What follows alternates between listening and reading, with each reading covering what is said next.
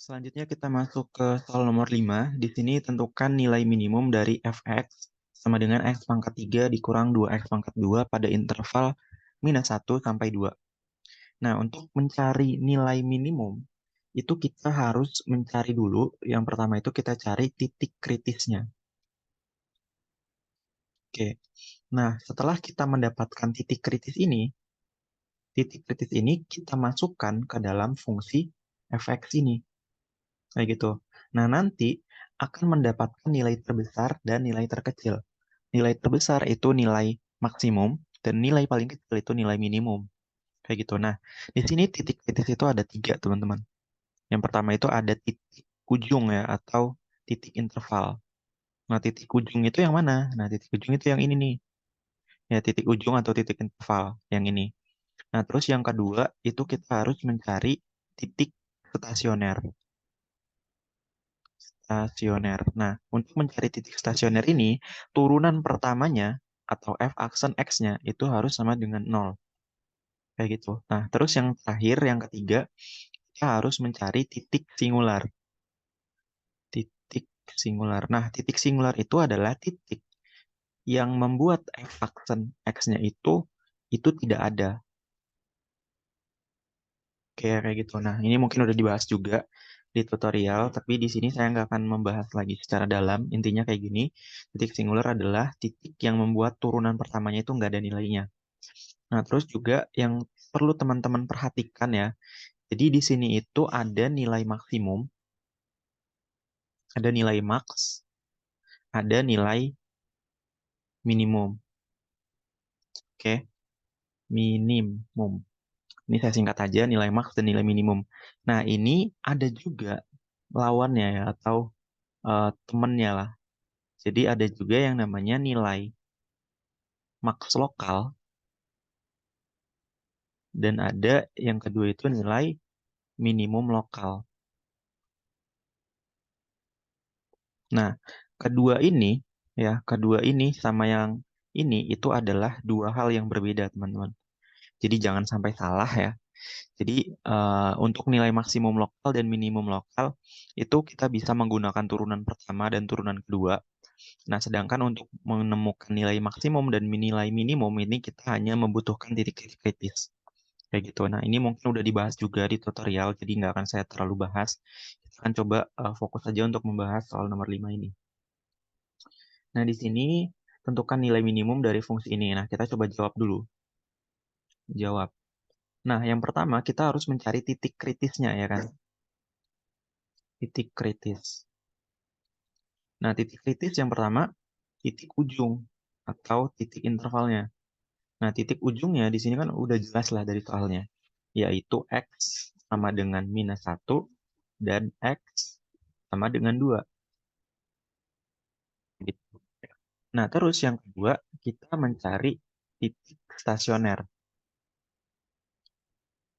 Nah, titik stasioner itu kita mencari dulu turunannya, turunan fungsinya. Jadi, turunannya adalah, ini kita turunkan ya menjadi 3x pangkat 2 dikurang 4x. Kayak gitu. Jadi, saya harap teman-teman udah bisa dulu ya untuk melakukan turunan biasa kayak gini. Nah, setelah itu, untuk menentukan titik stasioner ini, turunan pertamanya itu harus sama dengan 0. Oke, jadi turunan ini harus sama dengan 0 nih. Jadi ini tuh sama dengan 0. Nah, ini 3x pangkat 2 dikurang 4x. Nah, di sini x-nya ini bisa saya keluarkan. Ini x saya keluarkan. Jadi di sini tuh sisa 3x. Ya kan? Harusnya kan pangkat 2. Cuman satunya udah saya keluarkan x-nya. Jadi di sini 3x pangkat 1 dikurang 4. Karena x-nya udah saya keluarkan. Kayak gitu. Nah, jadi di sini kita udah dapat nih. Bahwa yang pertama x sama dengan 0. X sama dengan 0. Nah, yang kedua, 3x min 4 sama dengan 0. Jadi yang kedua, 3x min 4 sama dengan 0. Sehingga kita mendapatkan x sama dengan 4-nya pindah ke kanan, terus dibagi 3. Kayak gitu. Nah, jadi kita di sini udah mendapatkan nilai titik stasionernya. Nah, habis itu yang ketiga, kita cari titik singular. Nah, titik singularnya ini berapa nih? Nah, titik singularnya itu tidak ada. Tidak ada. Kenapa? Nah, pertanyaan kenapa nih? Kenapa nggak ada? Karena kita lihat nih, ini kan ujungnya ya, titik ujungnya ini. Ujungnya ini, apapun angkanya yang kita masukkan ke dalam sini, pasti selalu ada nilai turunannya. Pasti ada nilainya. Oke, jadi ini kan dari -1 sampai 2 ya, berarti kan -1, terus 0, terus 1, terus 2. Nah, angka ini, kalau kita masukkan ke dalam sini, pasti selalu ada nilainya. Karena di sini juga udah terlihat lah bahwa ini fungsinya tuh fungsi polinom. Jadi pasti ada nilai turunannya.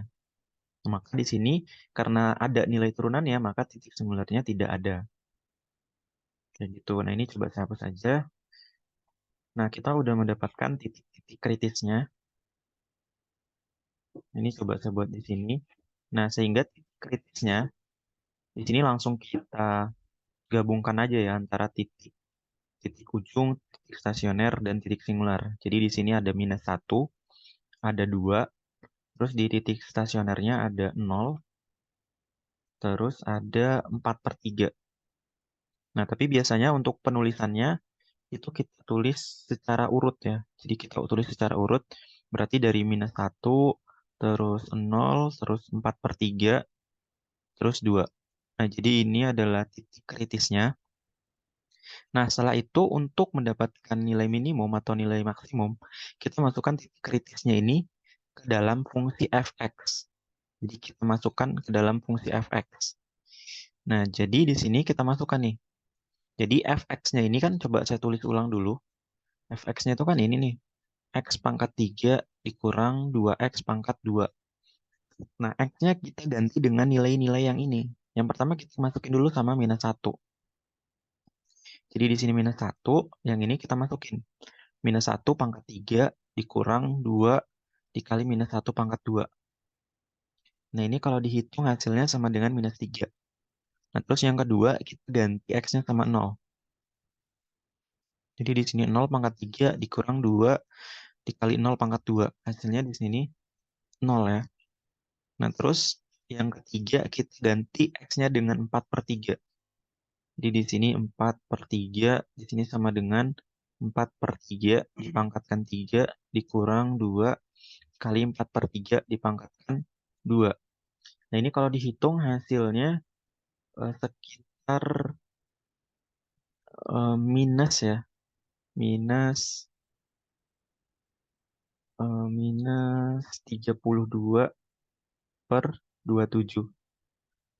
Kayak gitu. Nah, selanjutnya kita masukkan yang keempat. X-nya kita ganti dengan 2. Ini berarti 2 pangkat 3 dikurang 2 dikali 2 pangkat 2. Nah, ini sama dengan 0 juga nih. Nah, terus dari sini itu kita bisa lihat ya, mana nilai paling besar dan mana nilai yang paling kecil. Nah, di sini nilai yang paling besar itu adalah berapa nih? 0 ya. Nilai yang paling besar itu adalah 0. Sehingga 0 ini dikatakan sebagai nilai maksimum. Sedangkan ini juga nilai maksimum juga nih. Nilai max. Sedangkan nilai yang paling kecil adalah -3. Nah, ini nilai minimum. Nilai minimum.